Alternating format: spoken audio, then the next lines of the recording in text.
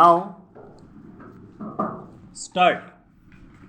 If we travel all over India, we see an enormous variety of population in various degrees of development.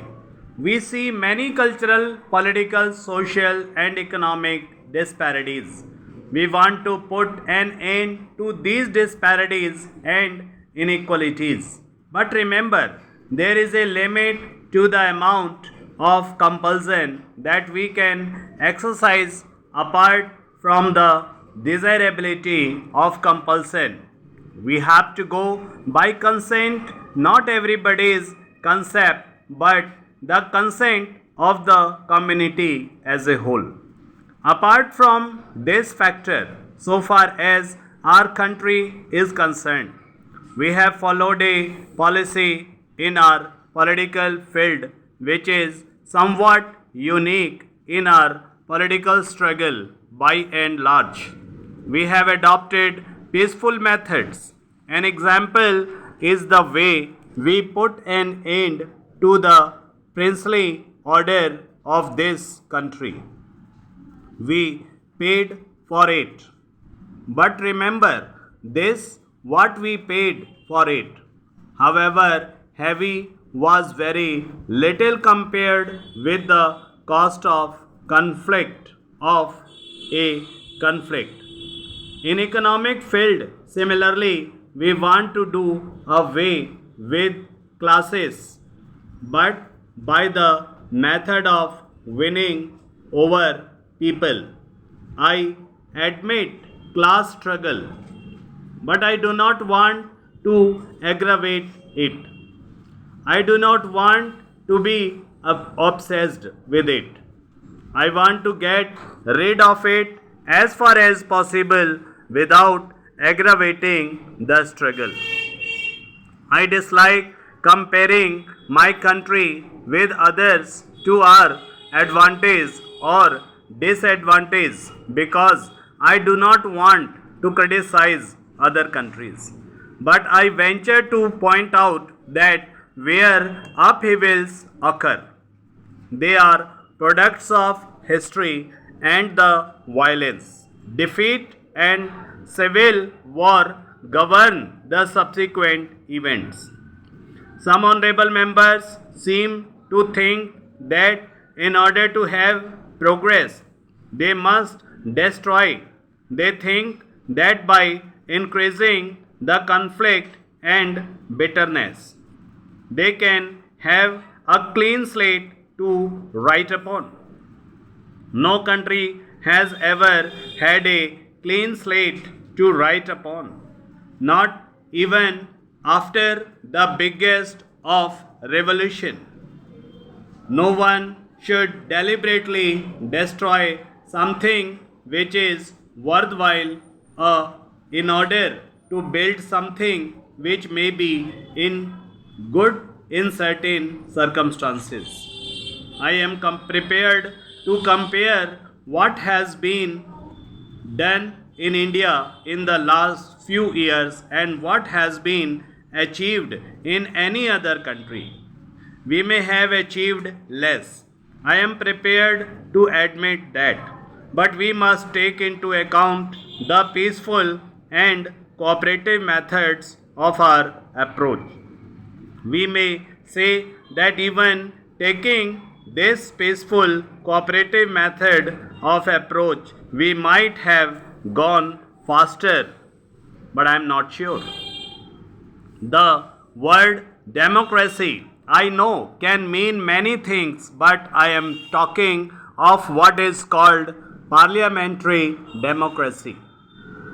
There are other methods which may equally democratic, but which are different. Why have we chosen parliamentary democracy?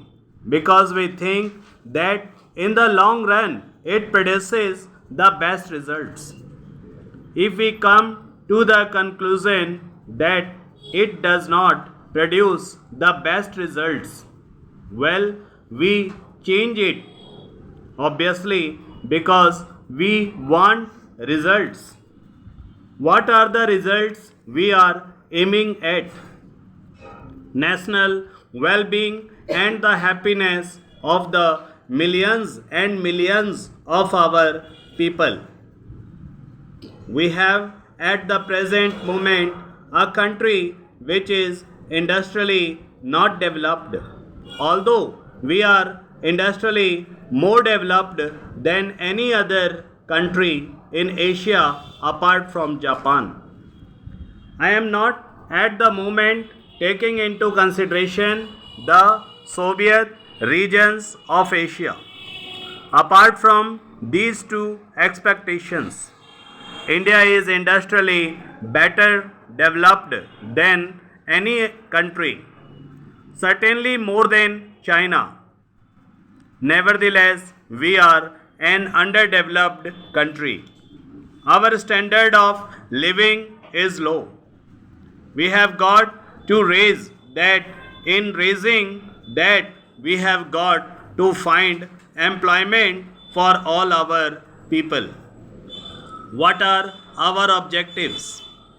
We may define them in many ways, but perhaps one way which is more important than others is to find progressively fuller employment till we reach full employment through increased production. We may also say that greater production ought to imply better distribution. If that is our approach, how are we to do in this very complicated situation that we are in with underdeveloped economy and with very little surplus to invest? We cannot compare our problems with those of the industrialized West because they have had countries or at our rate generations of growth.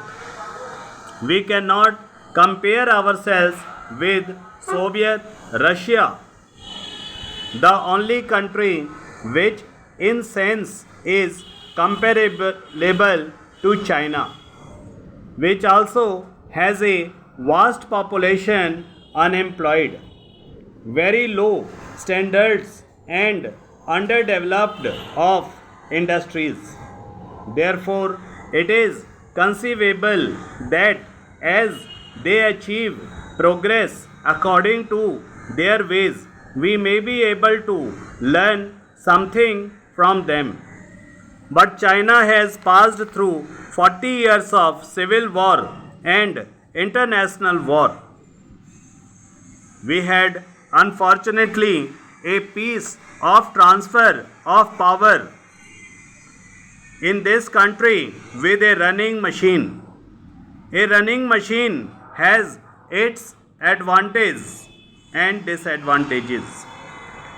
I prefer the advantages.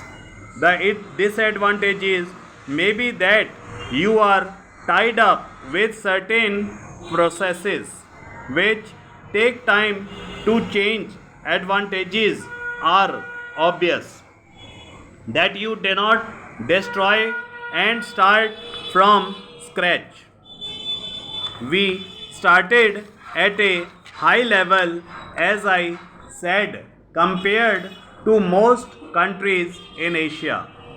This has led to stability, political, economic, and social, which shall help growth.